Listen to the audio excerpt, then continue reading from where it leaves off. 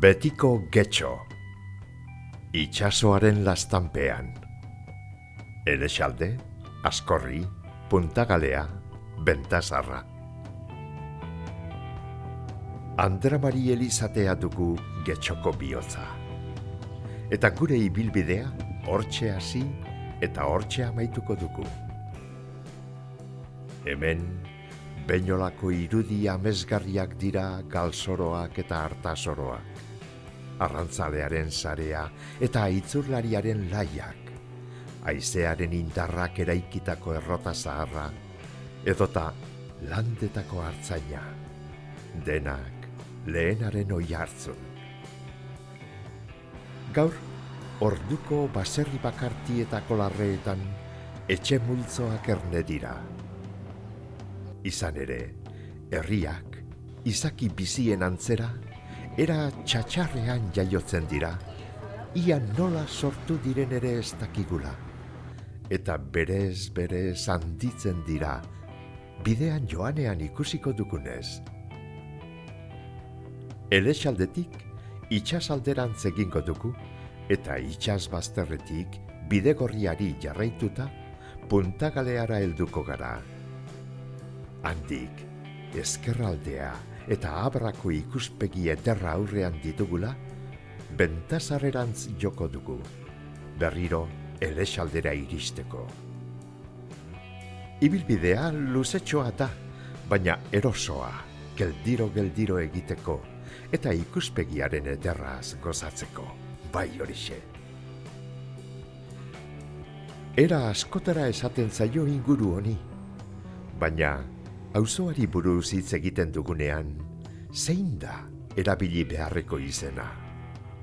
Elexalde, getxo, Andramari? Gaur egun bertakoek eta getxo esaten dutzi, lekuari, getxo, hori da izen zarra edo, auzoaren izen zarra. Eta oin gaztiak eta zidira, oin algortan eta izen gehien zabaldudan izena da Andramari. Baina berez Andramari da Elixa bakarrik, eta hori da erabilia tradizionala, beti erabilizan da hori, ezta? Elizari Andramari eta auzoari getxo. Eta getxo segaitik, hemendik 300-400 metrora getxo izeneko dorretxe bat egon zalako, eta hasiera baten dorretxearen izena zen, baina poliki izen horrek adurua zabalagoa hartu zuen. Izena proposena zein izango litzateke? Elexalde. Elizaren inguruari Elexalde izatea. Getxo berez udalerrian izena danez, horrek nahasbidera eroan gaitzakelako. Andramari Elizaren aurrean gaude. Badirudi, getxo, 12. mendean hemen zegoen eliza txiki eta xume baten inguruan sortu zela. Agirietan, monasterium moduan izendatzen da, jabeduna zela adieraziz. Garaiaretan, getxo familiarena omen zen, baina gerora, martiartutarrekin elkartu eta euron eskuetara etorria. Hori, Elizaren ateburuko armarrian ikusten da. 16. mendeko armarri hau, hemen ondoko getxo dorretxetik ekarri eizuten. Hauxe da bere leloa, kaltea dagianak bizarra lepoan. Hau da, kalteren bat egiten duenak, egindakoaren arduraz, atzera begira bizi beharko duela. Eliza ederra da Andramari. 18. mendean, Juan de Bordak Bizkaiko estilo barrokoan berreraiki zuen arren, oraindik gordetzen ditu barrualdean 12. mendeko aztarnak, kapitel erromanikoak adibidez. Sasoi batean, hauxe zen getxoko parrokia bakarra. Ohiturari jarraituz, Elizapean elkartzen ziren baserritarrak batzarraketa egiteko. Bilera horien lekuko isila da, jatorrizko harrizko mailaren kopia. Ez dira horiek Eliza honen berezitasun bakarrak. Dorrean, harrian landuta, herriko 166 oikonimo edo baserri izen daude. Kasurako, Basaldu, Goienetxe, Boluntzarreta, Dendariena, Jauregi. Hementxe aurrean dauzkagu lehengo hilerriaren aztarnak ere. Orain, Andramari atzean utzi eta martxan jarriko gara. Maidagan kaletik gora, 100 etxe bidea hartu, eta txalea adosatu eta urbanizazio berrien artetik joango gara Askorrirantz. Bidean, tarteka, Getxoko aldea etxeetariko batzuk agertuko zaizkigu. Arteaga aurrekoa, Diliz, Torretxe, Iberre, Zaratxaga, Etxebarritxu, 100 etxe, izen dotoreak, ezta? Zenbat toki irentsi dituen denboraren gurpilak. Baina nola sortu ote ziren etxe hon izenak? Hemen ere dau Zaratxaga auzune bat dekogu, ezta?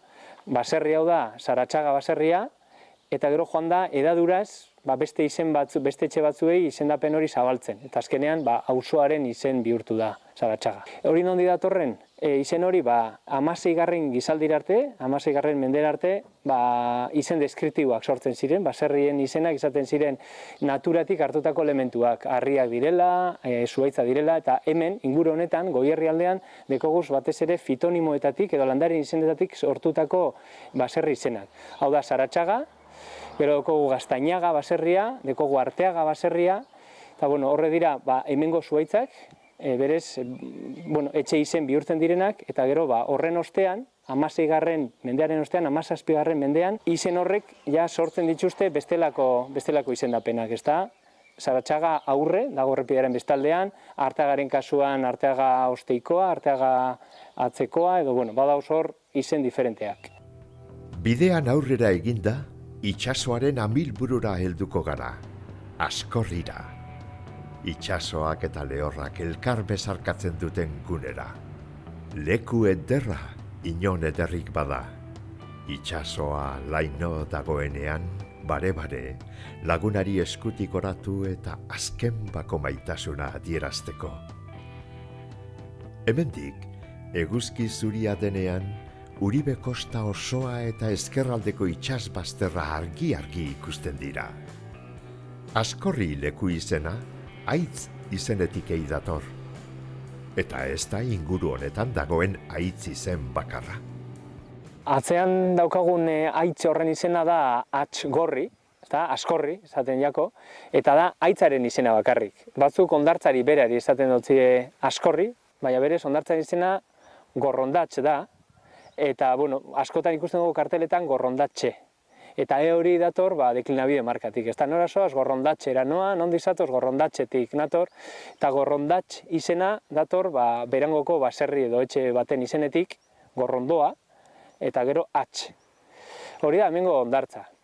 Eta gero bestaldea, Askorri pasatuta eta bestaldean dekogu Barinatxe. Eta horrere Barinoa edo etxe izena dekogu, sopelakoa, eta gero Atx.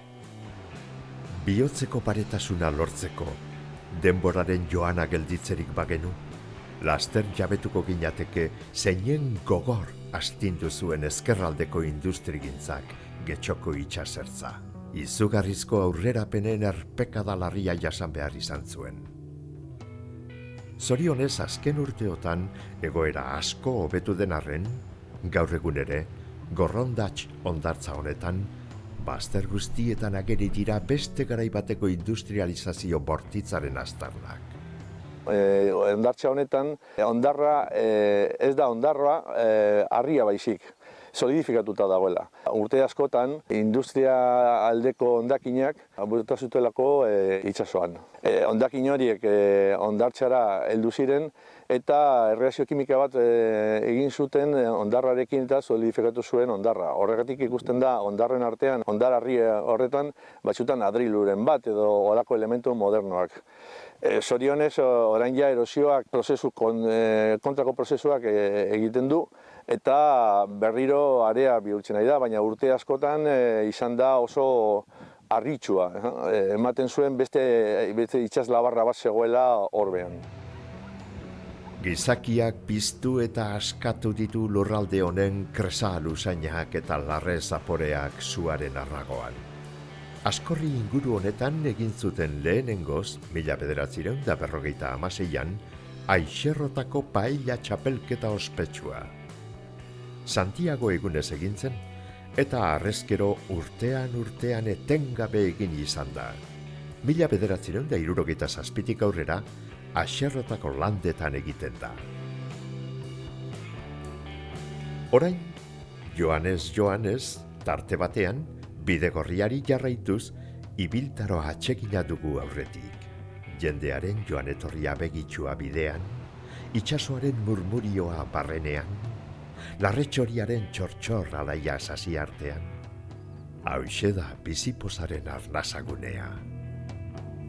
Punta Galearako bidean, Sakuskune inguruan, tunel boka izeneko hondartzan, Bilboko ur zikinak garbitzeko sarea itsasoratzen zen. Kilometroetako hodi zabal eta luzeek osatzen zuten sare hori. Horregatik, garbitu eta kontrolatzeko sistema sortu behar izan zuten. Hodietara sartu eta jaisteko dauden etxetxoei malakate esaten zaie. Getxon, era horretako 6 eraikin daude. Aurrerantz egingo dugu itsasargiaren ondotik Galeako gotorlekura heldu arte. 18. mendeko eraikin hau, Bizkaian leku estrategikoetan eraiki zituzten gotorlekuetako bat da. Hemen zergatik dagoen hemen, argi dago, defendatzen ari dela Abraren portu sistema osoa, Bilboko sarrera eta Bizkaiko sarrera nagusitariko bat. 1740an Inglaterrarekin gudan zegoen Espainian eta orduan Bizkaiko diputazioak uste zuen arriskua zegoela eta gian momentu batean inglesak sakeatu dezakete porturen bat edo alako zerbait. Orduan defensa sare bat sortu zuten. Hemen bat, Punta Luzero beste bat, Gorlizen, iaia portu guztietan zerbait jarri zituen. Gero batzutan nahiko pobreak ziren, beste batzutan ez, honenetariko bat da, dudarik gabe, hemengo Getxokoa. Egikera militarra du, defentsarako egina baita. Eta kanpotik, nahiko sinplea dela dirudien arren, txori begiz ikusi ezkero, ederto erakusten digu bere egitura berezia, izarpuntak, espoloiak, baluarteak eta abar. Denbora baten, itsasargia izan zen dorrea du, eta urte batzuetan tabernatxo bat ere bazegoen bertan. Bidegorriari ekinez, Aixerrota albo batera utzi, eta Aingeruaren etorbidetik sartuta, Getxoko benta edo bentasarrera helduko gara. Hauxe zen auzo honen bihotza. Benta, taberna, bazarlekua. Batez ere baserritarrentzat leku garrantzitsua zen. Hementxe egiten ziren baserritarren ermandadeko bilerak, ikustaileak izendatzeko eta ganaduen egoera aztertzeko. San Isidroetan, benta aurreko arrizko karrajuan egiten ziren hiriprobak. Horrez gainera, jaietan, beirik ederrena eta jakiena aukeratzeko lehiaketa ere egiten zuten urtero. Bentari deutzola dago, Guardako Aingeruaren ermita. Badirudi, eraikina 1649koa dela. Alaxe dio behintzat Audareko idazkunak. Bide bazter eta bide gurutzeetan egoten ziren Santutxu izeneko tenplu txikia da. Ohikoa zen, albotik pasatzerakoan, hormako zulotxoan txamponen bat ustea. Hemendik, begien aurrean daukagu Andramari eliza. Hementxe amaituko dugu ibilbide atsegingarri hau. Betiko Getxo, lehenaren eta orainaren artean bidaiatzeko lekua, itsasoaren lastanpean. Erdu.